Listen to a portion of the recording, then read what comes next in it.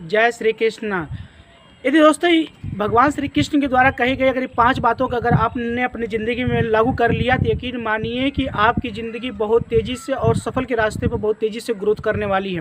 पहले पॉइंट यह है दोस्तों कि मित्रता को कीमत को समझना चाहिए, क्योंकि देखिए मित्रता वही चीज़ें हैं जो कि आपके हर सुख दुख में साथ दे। ऐसा नहीं कि बुरे वक्त पड़ने पर वो छोड़ दे और सही वक्त है तो आपके साथ में रहे, ऐसा नहीं है। ये चीज़ें हमें सीखने को मिलती है भगवान श्री कृष्ण से, जो कि बुरे वक्त में सुदामा का भी साथ दिया और अच्छे वक्त हो या बुरा वक्त हो पांडवों का भी उन्होंने साथ दिया। ऐसे सिचुएशन में वो पांडवों का जो प्रस्ताव है कौरवों के पास भी लेके जाते हैं मित्रता का, लेकिन वो कौरवों के द्वारा एक्सेप्ट नहीं किया जाता है। तो दोस्तों मित्रता का कीमत आपको हमेशा समझने की ज़रूरत है। जब भी किसकी बुरी स्थिति हो या फिर अच्छी स्थिति हो, हर समय आपको मित्र का साथ देना चाहिए। दूसरी पॉइंट ये दोस्तों कि आप किसी भी काम को एक रणनीति के हिसाब से करें। रणनीति के हिसाब से करने की बात है कि भगवान श्री कृष्ण एक अच्छे रणनीतिकार हैं। इसका परिणाम उनका महाभारत में देखने को मिला। जैसे कि जयद्रथ और अश्वत्थामा की जो मरने की जो प्लानिंग थी उन्होंने बनाया अच्छी तरीके से, उनकी कौशलता का एक परिचय है। वैसे ज़िंदगी में किसी भी काम को बुरे से बुरे या बड़ा से बड़ा काम को बेहतर तरीके से करने के लिए आपको ज़िंदगी में एक रणनीति यानी प्लानिंग की ज़रूरत पड़ती है। बिना प्लानिंग के आप ज़िंदगी में कभी भी सही दिशा में सक्सेस नहीं हो सकते। तीसरी बात है दोस्तों कि यदि हम किसी भी काम को करना है तो साहस के अकॉर्डिंग काम करें।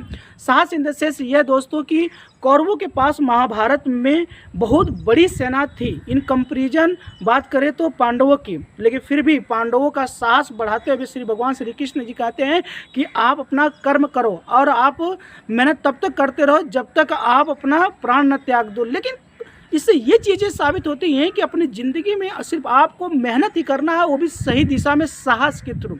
साहस से आप किसी चीज़ के बारे में लड़ रहे हैं तो यकीन माने वहाँ पर आपको सफलताएं ही मिलने वाली है। और लास्ट में महाभारत में पांडवों के साथ में क्या परिणाम हुआ हम अच्छी तरीके से जानते हैं।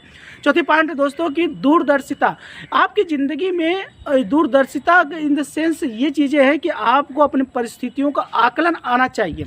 आप अपनी ज़िंदगी में क्या करने वाले हैं, आपकी परिस्थिति क्या कह रही है, परिस्थिति के अकॉर्डिंग आपको कैसे काम को करना है, ये सारी चीज़ें आकलन आपके आना चाहिए। क्योंकि आज का जो भी बुरा और अच्छा वक्त का जो कर्म है वो कल के समय में ब्याज चुकाना पड़ेगा आपको ज़िंदगी में। आप अच्छे कर्म करेंगे तो कल अच्छा फल मिलने वाला होगा। यदि आप बुरा कर्म कर रहे हैं तो वो कल बुरा ही मिलने वाला है।